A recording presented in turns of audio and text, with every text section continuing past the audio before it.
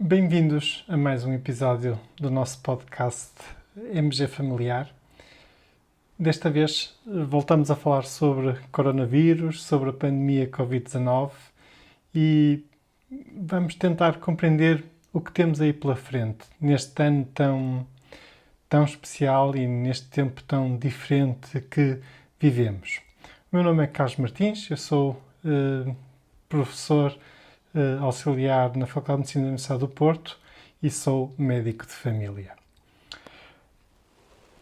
Para compreendermos o que temos pela frente, é importante olhar um pouco para trás e compreender o que se passou na primeira onda, digamos, desta pandemia.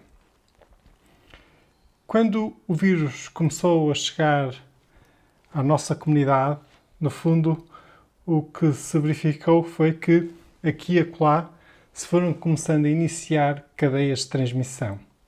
Uma pessoa infectada que viajou para um país onde contraiu infecção, veio para Portugal e no seu círculo de pessoas foi infectando terceiros e assim se iniciaram algumas cadeias de transmissão.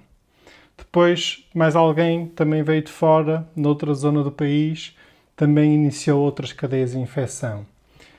E assim sucessivamente.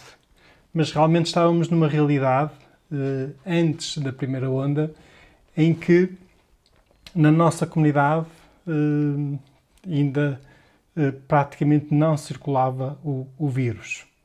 Entretanto, foi-se verificando uma disseminação, algo até heterogénea. Primeiro foi mais no norte do país, depois acabou também por atingir o centro, depois a Grande Lisboa e neste momento encontramos-nos já numa situação substancialmente diferente. Neste momento estamos já, entretanto, depois a primeira onda acabou por abrandar e acabamos por conseguir, com o confinamento, reduzir substancialmente as cadeias de transmissão, mas a verdade é que, entretanto, o vírus foi-se disseminando na comunidade. E por isso é que nós atualmente vemos que realmente está praticamente em todas as regiões do país e quase todos os dias temos casos novos, uma vez um pouco mais na zona da ARS Lisboa e Valtejo, outras vezes na ARS Norte, mas no fundo muito mais disseminado na comunidade e por toda a população. Ora, este é um fator-chave para o que se aproxima. Normalmente ouvimos falar no valor RT e costuma-se dizer que se esse valor for superior a 1, significa que a infecção se está a disseminar e a pandemia a crescer. E quando esse valor é 1, no fundo significa que uma pessoa doente, aqui simbolizada por um círculo azul mais escuro, contagia outra pessoa. A verdade é que isto nunca é igual. O valor RT acaba por ser uma média, mas por vezes isso não quer dizer que uma pessoa não contagie mais do que uma, mesmo quando o RT é 1, e se calhar às vezes há pessoas que realmente só contagiam outra pessoa. Esta percepção também é importante para compreendermos aquilo que se aproxima, porque na verdade nós temos realmente pessoas que contagiam muitas pessoas à sua volta e formando aquilo que na literatura inglesa se designa por clusters, e também são os considerados os super disseminadores ou os super spreaders deste vírus, e isso pode ser um fator-chave na fase em que se aproxima. E, digamos, nesta segunda onda, em que o vírus está muito mais disseminado na comunidade. Eu já vou explicar a seguir, e também para compreendermos isso, vale a pena olhar para aquilo que são as lições do passado. Esta curva que aqui vemos, no fundo, retrata o que sucedeu na pandemia de 1918, na pandemia da gripe, É verdade que os tempos eram outros, é verdade que o vírus era diferente, é verdade que, por exemplo, este gráfico não representa o número de casos, mas sim a evolução da mortalidade dessa pandemia, porque na altura ainda não havia o registro de casos, nem a tecnologia de diagnóstico que hoje dispomos, mas não deixa de ser também verdade que é importante nós retirarmos lições e olhar atentamente para o que se passou nesta pandemia de 1918, porque há realmente similaridades com o que estamos a viver agora. Também em 1918, na primavera, houve a primeira onda, verificou-se a primeira onda da pandemia e depois houve um abrandamento quando no outono desse ano, de 1918, realmente se iniciou a segunda onda. E o que verificamos é que a segunda onda foi consideravelmente mais severa do que a primeira onda. Ora, é precisamente aqui que nós nos encontramos agora, é no início da segunda onda, e vale a pena pensar o porquê da segunda onda desta pandemia de 1918 ter sido tão mais severa do que a primeira onda. E a razão prende sobretudo com esta mensagem, com o facto de este vírus atualmente, no início da segunda onda, já estar muito mais disseminado na comunidade do que quando ocorreu a primeira onda da pandemia. Outro fator importante é, digamos, relaciona-se com aquilo que nós já conhecemos sobre o comportamento deste vírus e desta infecção. Este gráfico representa aquilo que é a evolução da contagiosidade quando realmente alguém fica infectado, quando uma pessoa fica infectada.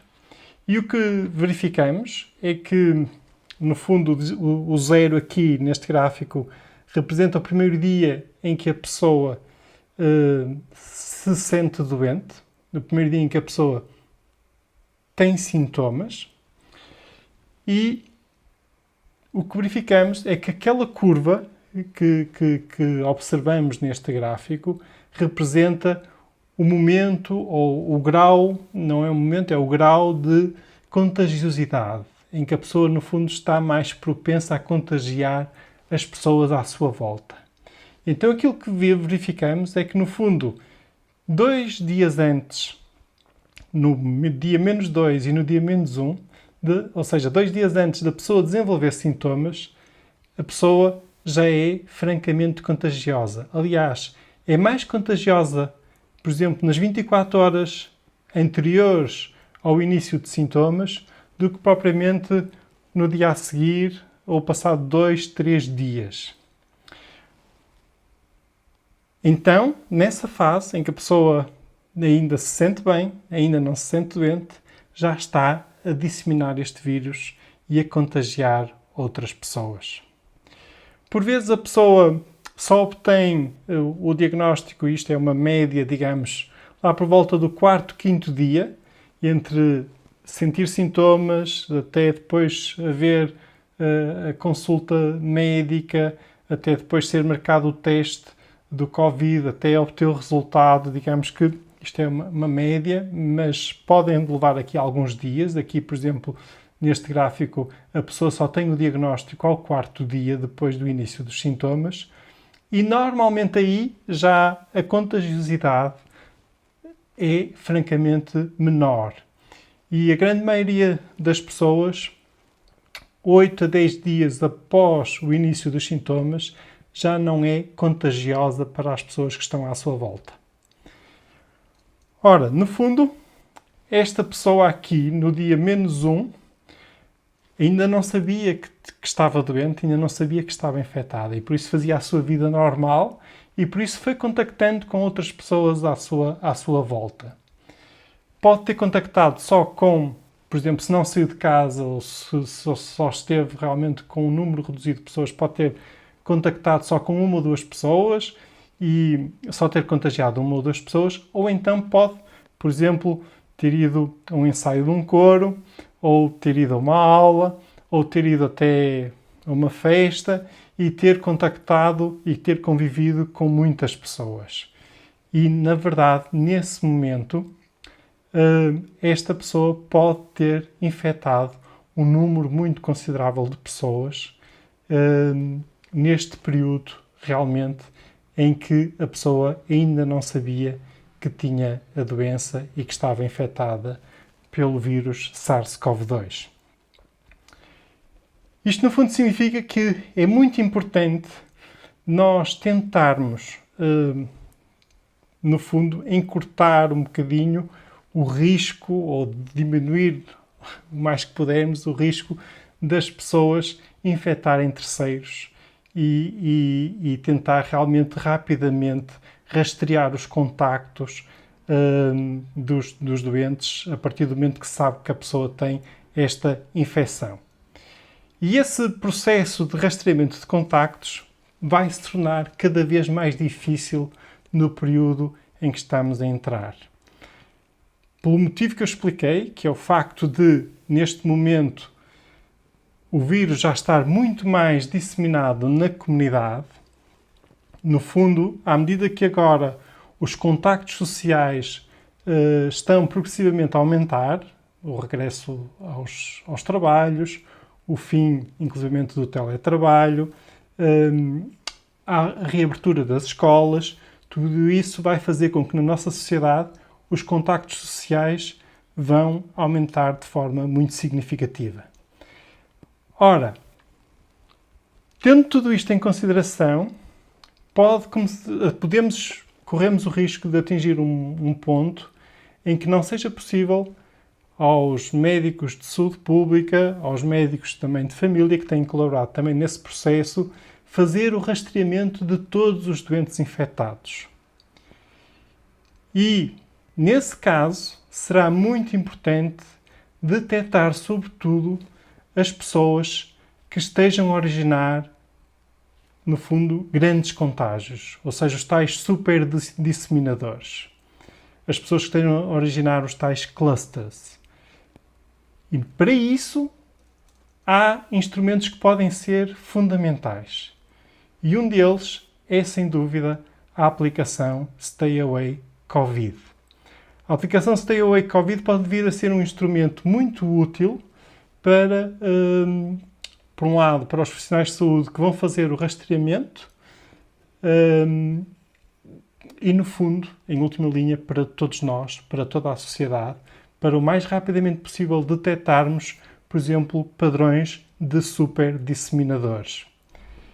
Há países, e o Japão foi um deles, que concentrou todo o seu grande esforço no controle desta pandemia na detecção de super disseminadores. E com isso conseguiu controlar a pandemia. Realmente é importante nós compreendermos o ponto em que nos encontramos desta pandemia, até porque, por vezes, no momento em que já existe algum desgaste na comunidade, na sociedade, pode, por vezes, haver uma certa tentação à indiferença. Em relação ao sofrimento, à indiferença em relação, por exemplo, à mortalidade que esta doença provoca. Isso é um aspecto que é fundamental e que importa ter aqui algum cuidado e, claramente, devemos continuar a manter as medidas de proteção, as medidas de distanciamento social. E há algumas coisas que este ano serão necessariamente diferentes. Por exemplo, se nos outros anos, por vezes, nos sentíamos apenas ligeiramente doentes, ou só por ter um pouco de pingo no nariz e dor de cabeça, mas continuávamos a ir para o trabalho, se calhar este ano não devemos fazer isso e devemos contactar as autoridades de saúde, nomeadamente a linha de saúde 24. Muito obrigado pela vossa atenção. Deixo um apelo final aos meus colegas médicos de família. Dado que nós estamos na linha da frente com a população, podemos ter um papel muito importante a aconselhar os nossos pacientes na instalação da aplicação Stay Away COVID e que dessa forma estamos a ajudar e a contribuir para o bem de todos. Até um próximo episódio.